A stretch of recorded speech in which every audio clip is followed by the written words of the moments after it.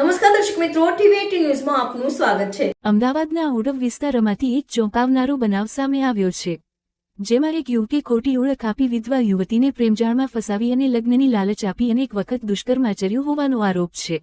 પોલીસે આરોપીની ધરપકડ કરી છે। ઓડવ વિસ્તારમાં રહેતી 29 વર્ષીય વિધવા યુવતી, જે નવરંગપુરામાં ગર્લ્સ હોસ્ટેલમાં ગૃહમાતા તરીકે નોકરી કરે છે, તે રોજ એએમટીએસ બસમાં અવરજવર કરતી હતી। આ દરમિયાન બસના ડ્રાઈવર તરીકે કામ કરતો મોહસિન ખાન અહેમદ ખાન પઠાણ પોતાનું નામ મોહિત પટેલ બતાવી યુવતી સાથે મિત્રતા વધારી હતી। ધીરે ધીરે આ મિત્રતા પ્રેમ સંબંધમાં ફેરવાઈ અને આરોપીએ પોતે હિન્દુ હોવાનો ભાસ પેદા કરી યુવતીને લગ્નનું વચન આપ્યું। આ વિશ્વાસના આધારે આરોપીએ યુવતી સાથે અનેક વખત દુષ્કર્મ આચર્યું હોવાનો આક્ષેપ છે। ઘટનામાં મોટો વળાંક ત્યારે આવ્યો જ્યારે યુવતીએ આરોપીનો મોબાઈલ તપાસ્યો, ત્યારે ખુલ્યું કે મોહિત પટેલ તરીકે ઓળખ આપનાર વ્યક્તિ હકીકતમાં મોહસિન ખાન પઠાણ છે, જે પહેલાથી પરિણીત છે અને 3 સંતાનોનો પિતા છે। આ વાત બહાર આવતા યુવતીએ તરત જ તેના સાથેના તમામ સંબંધ તોડી નાખ્યા। થોડા સમય બાદ આરોપી ફરીથી યુવતી પર સંબંધ રાખવા માટે દબાણ કરવા લાગ્યો। ગુજરાત યુનિવર્સિટી બસ સ્ટેન્ડ પાસે બંને વચ્ચે બોલાચાલી પણ થઈ હતી, જેમાં યુવતી લેખિતમાં માફી પણ માંગી હતી, પરંતુ ત્યારબાદ ફરીથી ફેબ્રુઆરી અને માર્ચ મહિનામાં આરોપી યુવતીના ઘરે જઈ દબાણ અને ધમકી આપતો રહ્યો। અંતે પરિસ્થિતિથી કંટાળી યુવતીએ ઓડવ પોલીસ સ્ટેશનમાં ફરિયાદ નોંધાવી। પોલીસે ઝડપી કાર્યવાહી કરીને આરોપી મોહસિન ખાન અહેમદ ખાન પઠાણની ધરપકડ કરી છે અને આગળની તપાસ ઓડવ પોલીસ સ્ટેશનમાં એક મહિલા દ્વારા ફરિયાદ આપવામાં આવેલી છે કે જેમાં જે આરોપી છે જેનું નામ છે મોહસિન ખાન અહેમદ ખાન પઠાણ।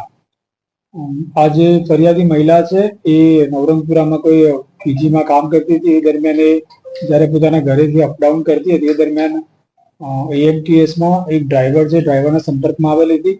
ડ્રાઈવરે અગાઉ પોતાનું નામ અને મોહિત પટેલ જણાવેલું હતું અને ત્યારબાદ બંને જણા ઇન્સ્ટાગ્રામ ઉપર ચેટ કરતા હતા તેમજ ફોનથી એકબીજા જોડે વાત કરતા હતા અને જે આરોપી છે એને પોતે અપરિણીત છે એવું જણાવેલું હતું ને ત્યારબાદ જે ફરિયાદી છે ફરિયાદી જોડે અવારનવાર ફોનમાં વાતચીત કરતો હતો, ઇન્સ્ટાગ્રામથી વાતચીત કરેલી હતી અને બંને અગાઉ ઘણી બધી હોટલોમાં ગયેલા હતા અને ત્યાં આગળ જે આરોપીએ પોતાની સાથે લગ્ન કરશે એવું કહીને જે મહિલા છે જોડે સહી સંબંધ બાંધેલા હતા।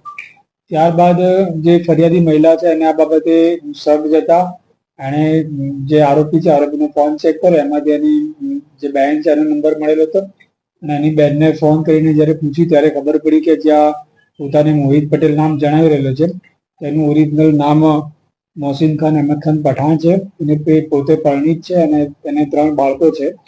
જે બાબતે મહિલાએ પેલાને જણાવતા જે આરોપી છે આરોપી અગાઉ અને ધમકીઓ આપેલી હતી અને ત્યારબાદ મહિલાએ પોલીસ સ્ટેશનમાં ફરિયાદ આપવા એને ફરિયાદ લીધેલી છે। અગાઉ આ લોકો જ્યારે પણ હોટલમાં જતા હતા ત્યારે પણ જે આરોપી છે આરોપી પોતાનું મોહિત પટેલના નામનું આધાર કાર્ડ આપતો હતો અને યુઝ કરતો હતો। આરોપી જોડેથી હાલ એક આધાર કાર્ડની ઝેરોક્સ મળેલી છે કે જેમાં મોહિત પટેલ નામ લખેલું છે।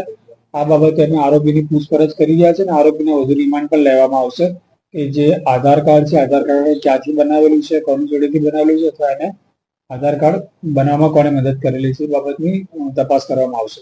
હાલ આરોપીની અમે જેટલી પણ પૂછપરછ કરી છે અને એના ફોન રેકોર્ડ જોયા છે એમાં માત્ર એક મહિલાનું જે જાણવા મળેલું છે, વધુ પૂછપરછ અને રિમાન્ડ દરમિયાન કરીશું।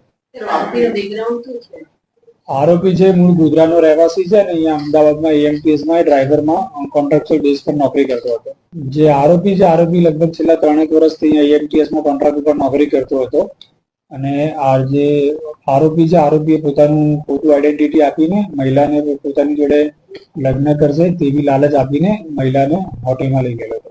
આગળ આ આરોપીનું એની જે આધાર કાર્ડ બનાવેલું છે આધાર કાર્ડ બનાવવાને કોની મદદ કરેલી છે, એની જોડે આ સિવાય અન્ય કોઈ નામના આધાર કાર્ડ છે કે કેમ, એના કોઈ અન્ય એને સોશિયલ મીડિયા એકાઉન્ટ બનાવેલા છે કે કેમ અને અગાઉ એ સિવાય અન્ય કોઈ યુવતીઓને આવી રીતના ભરાવેલી છે કેમ, એ તમામ મુદ્દાની એની તપાસ કરવામાં આવશે।